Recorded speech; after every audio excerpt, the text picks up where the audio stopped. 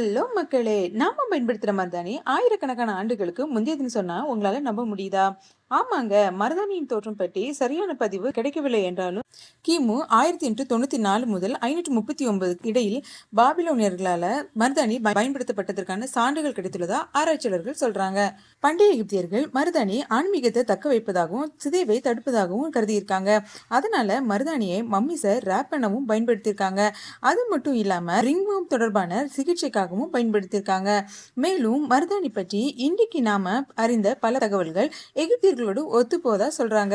Morocco, Pakistan, எகிப்து மற்றும் India என பல நாடுகளிலும் கலாச்சாரம், திருமணம் என முக்கிய நிகழ்வுக்கு தொடர்பாக மருதாணி பயன்பட்டு வந்தாலும் இன்றைக்கு மருதாணி பிரபலமா இருக்கு அப்படின்னா இந்தியா அதற்கு ஒரு முக்கியமான காரணமா இருக்கு. பல தகவல்கள் இருந்தாலும் முதல்ல மருதாணி எங்க தோன்றி இருக்கு அப்படிங்கிறதுக்கான எந்த தகவலும் இது வரைக்கும் கிடைக்கல.